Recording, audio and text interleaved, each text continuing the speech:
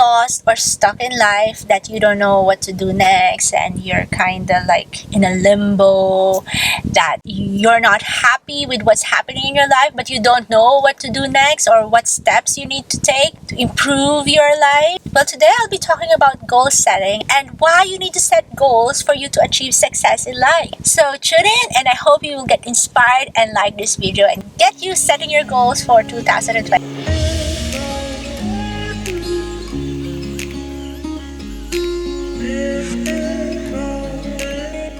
I'm filming the car today just to illustrate with you that it's important to set goals for you to reach your destination. It's like going to someplace new, but you don't know how to get there, so you enter your destination on Google Maps and then try to plan your routes. But how will you get to your destination if you don't even know where you're going? That's why we're discussing the importance of goal setting today, and I'll be sharing with you right mindset before you start goal setting, what are SMART goals, and how you can set SMART goals for yourself so you'll be able to achieve success. But first, let me share with you a short story of 3 chipmunks to illustrate the importance of goal setting. So there's these 3 chipmunks on an island, and they have this nut tree that they have been getting nuts from. However, the tree started wilting, and because it's getting old and it has not been producing a lot of nuts for the past months or so. So the first squirrel said, I think the tree is dying, therefore we should go and find a place where there are more trees and where we can get more nuts. Now, the second squirrel said, yeah, I think that's a good idea. I know there's a nut tree island across the ocean that we can go to, and I heard there's a lot of nut trees there and we can have a feast. And the third squirrel said, I don't think the tree is dying. I don't want to go sail in the ocean and risk my life just to search for this nut tree island. I'm going to stay here and eat all the nuts I can until the tree dies. So the first and the second squirrel said, first we will need to make a raft good enough for us to float across the ocean. Then we will need to have enough nuts to bring with us so we won't starve during our journey. And so they planned and they built the raft, one for each squirrel, and they started sailing. They were sailing already in the ocean for a few days when the second squirrel said, we're sailing here for 3 days already and we only have nuts for a couple of more days. I don't think I can do this anymore. I don't want to row anymore. Let me lie down on my raft, survive on the nuts that I have, and just die because I'm too tired to go rowing. I don't see the nut tree island in view. The first squirrel said, no, we should try harder. It's just a few more days and we'll be there and we'll have all the nuts that we can eat. However, the second squirrel gave up, just lie down in his raft, and of course he died after a few days. The first squirrel kept on rowing, kept on sailing until he reached the nut tree island when he was about to give up. So now these 3 squirrels is an illustration of the types of people in life. The third squirrel is the kind of person who doesn't want to get out of their comfort zones and who doesn't want to exert any effort, who is just happy with what they have and they don't have any dreams and any goals in life, and they will wish that they should have sailed with the first and the second squirrel. Well, the second squirrel is those who had goals but they give up halfway because they either got discouraged or they just lost the motivation. And the first squirrel is definitely those who have set their goals, those who have made the plans, and those who continue and consistently exerted efforts to reach their goals. So if you're going to compare yourself with those squirrels, who do you think you are? Are you the person who doesn't want to go out of their comfort zones, or are you the person who gets discouraged easily, or are you the person who is determined and who has goals and has dreams and you want to reach those dreams and you want to reach your goals? So before you set your goals, you have to check first yourself if you have the right mindset. It is important though to have the right mindset first before setting goals. The first mindset that you have to check is, are you taking 100% responsibility of your life and your actions, or do you keep blaming circumstances and other people for your current situation? Always like to play the blame game, and do you have the victim mentality? For example, so I will never be rich because I was born poor, I don't have resources to become rich, or I never got a university degree so I will never get a good job, or my husband is abusive and he never lets me do anything something, that's why I won't be able to do anything in life. Or I have this boss who doesn't appreciate me, so I will never get that promotion that I wanted. So these are mindset that limiting you in achieving what you want to achieve, because you're already limiting yourself, you're already limiting your mind, that you cannot achieve this, you won't be able to achieve your goals because you're a victim of something. And one mindset that you should have before setting your goals is that you should believe that you can change the future. You should believe in yourself. You should have faith in yourself. If you already know that I'm not the type of person that is outgoing, so I will never be able to market my brand, or I'm not as bubbly as her, I'm not as pretty as her, I won't be able to get that role because I'm not as good as an actor as him. If you don't believe in yourself, again, there's also no use for you to set your goals, because you're already, again, limiting yourself, and you won't be able to set higher goals for yourself because you have set the limitations, you have set the barriers, the fences around you,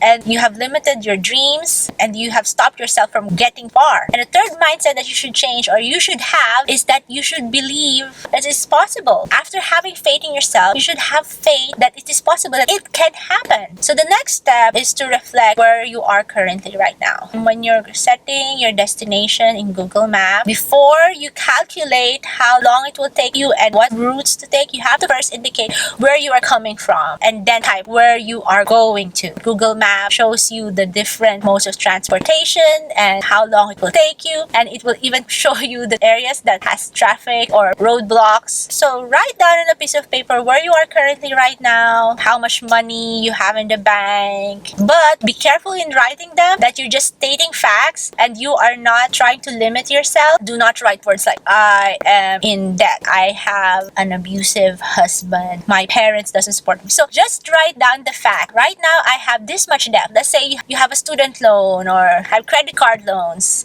Just write it down, how much you need to pay up, what kind of job you are right now, how long have you been in this job, how long have you been married, how many kids do you have. So these are facts that you can write down. Then after that, make sure you write down the things that you're good at. I'm good at writing, I'm good at encouraging others, I'm good at budgeting. These are like some positive mindsets that you can write down after your status. And now that you have wrote them down, your status and your strengths, you can now start writing goals that you want to achieve. So the first step in setting your goals is that you close your eyes and visualize what you want in life. If you are having a hard time visualizing it in your head, you can go on Pinterest and see, what house do I want to live in the future? Which countries do I want to go to? How much money do I want to have in the bank? And if you don't have a Pinterest account, what you can do is go grab some old magazines and cut this out and then paste them in a board. Or if you have the talent to draw them out, then you can freely draw them. I would be sharing in another video a drawing that I drew 10 years ago, which I accidentally saw that drawing and I was really surprised on how much I have achieved those goals that I drew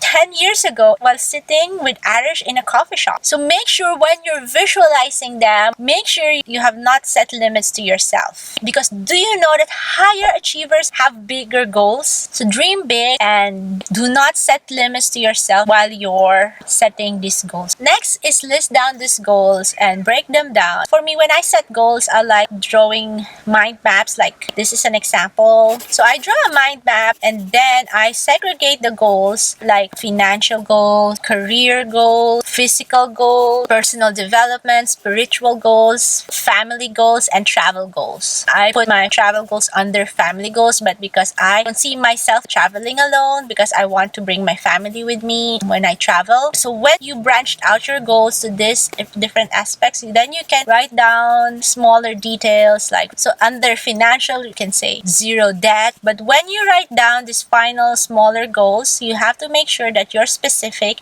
and you write them in the present tense. Like for example, in physical goals, I want to weigh 58 kilos by exact date, December 1st, 2020. Or I want to be debt-free by 1st of June, 2020. So when you're breaking down those categories into like smaller, clearer goals, you have to make sure when you write them down that you write them down in the present tense, and you also write down the feeling and the exact date that you want these goals achieved. Another example for clear goal is I am enjoying watching the sunset in Santorini, Greece. Make sure when you write down the goals, again, just to repeat it, make sure you write it in the present tense have the exact date, give more details as much as possible, because when you write it down and you say it out loud, you're conditioning your mind already that it's going to happen, and you have subconsciously programmed your mind that you can do it, that it's going to be possible. So what I previously said is part of setting SMART goals. So first is you have to be specific in your goals. It's not like I'm going to be rich by 2020 or I'm going to be a millionaire by 2023. You have to be specific. Like you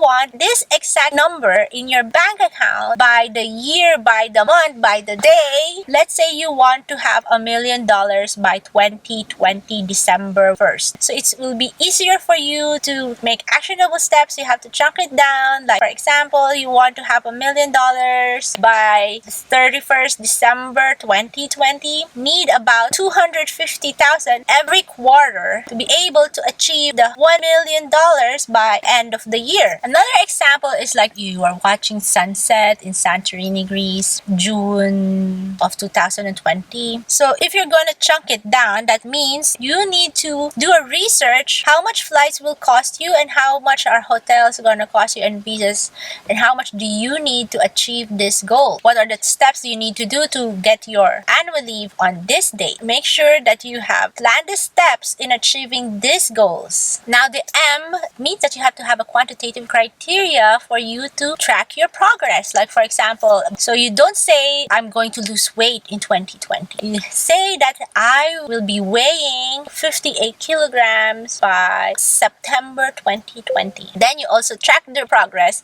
So you try to measure how much weight you're losing each month that is healthy for you. So you know that you cannot lose like all 30 kilograms in 1 month. So you know that you have to do it gradually. Let's say 2 kilograms per month, and then you track your progress. So that's what it means to have measurable goals. A stands for attainable. I am not contradicting myself when I say you should set attainable goals, because remember, the first part in setting goals is that you should also assess where you are currently in life right now, but then your goal should be big enough that it will push you to get out of your comfort zones. Some goals that are unattainable is that I will be a billionaire by next month. Okay, so yeah, that's unattainable unless I win the lottery for $1 billion, but I don't buy lottery tickets. So it's like setting your navigation app and you're saying I am now currently in Dubai and I want to be in Antarctica in 3 days, when there's no way for me to go there, or there's no means for me to go there, because let's say there's only one flight that goes there once a month. This is what I mean about setting attainable goals, because if you don't set attainable goals, you'll be setting yourself for failure, and you don't want to feel like a failure. So my R in SMART goals is relevant. Is this goal relevant in my life? Is this in line with my other goals? How will it affect my family? Will I still want this goal 5 years from now? I am driving a Ferrari by August 2020. Sounds good, right? But however, if I want to have $1 million in the bank, and buying a Ferrari would take some money from that $1 million that I want in the bank. So these two goals are already contradicting, unless you're going to go for $2 million by end of the year. So assess how relevant is this goal in your life. Is this something that is in line with your values? So try to look into yourself and assess the goals that you're setting and how relevant they are in your life, how relevant they will be in the future. And finally, the T in SMART means your goal should be time bound. Like I said, every time you set goals, you should put a specific date, and you can measure it time by time. You can track the progress. So these are the steps in setting SMART goals. First, it should be specific. Second, it's measurable. Third, it's attainable. R, is it relevant? And T, is it is time bound. So when you have set these goals, the next thing you should do is create action steps for you to achieve these goals. So you want $1 million by December 31st, 2020.